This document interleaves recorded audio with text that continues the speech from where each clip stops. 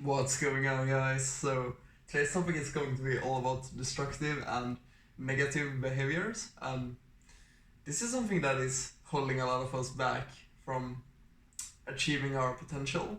And this is definitely something that I used to struggle with in the past. Still do to some extent, of course, but increased a lot of my awareness and getting aware of my triggers and how I respond to those triggers has been key to reducing these negative and limiting behaviors. So I can focus on growing and improving myself in various aspects of life. And so, what I mean by all of this is simply that we're usually going to have a trigger. So, for example, if you're sitting at your job and your boss comes yelling at you, that's going to be the trigger, which leads to a response, which is likely that you feel stressed out, sad, guilty, whatever it might be. There's going to be an emotional response, which in turns lead to a action.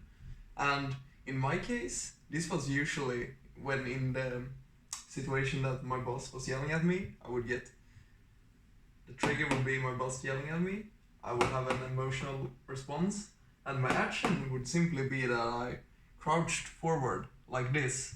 And in this position, it's extremely difficult to think of to think positive thoughts, and we're extremely likely to think negative thoughts in this position, which leads to another trigger.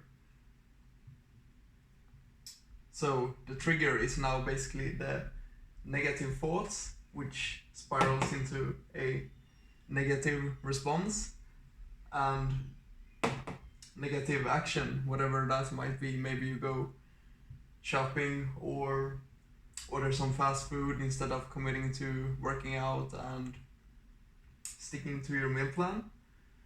So this is just a very negative cycle that keeps repeating itself with trigger, response, action, trigger. It just keeps repeating all over. And it's like I said, my biggest example from this is from my working environment, and I would always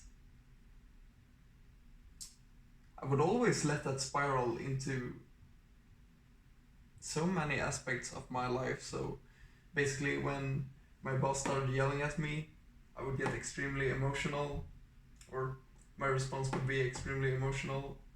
I would came up like this, thinking negative thoughts. Negative thoughts trigger more negative responses, and the cycle just continues like that. And on bad days, I would just skip my workout. I would instead watch. I would opt to watch Netflix instead of going to the gym, leading me to more negative thoughts, which triggers binge eating. The binge eating triggers an emotional response that I'm a failure, and it keeps repeating like that. So, for example, if I ate a half tub of ice cream, that would trigger more negative thoughts and behaviors, and it was pretty damn ugly, to be honest. But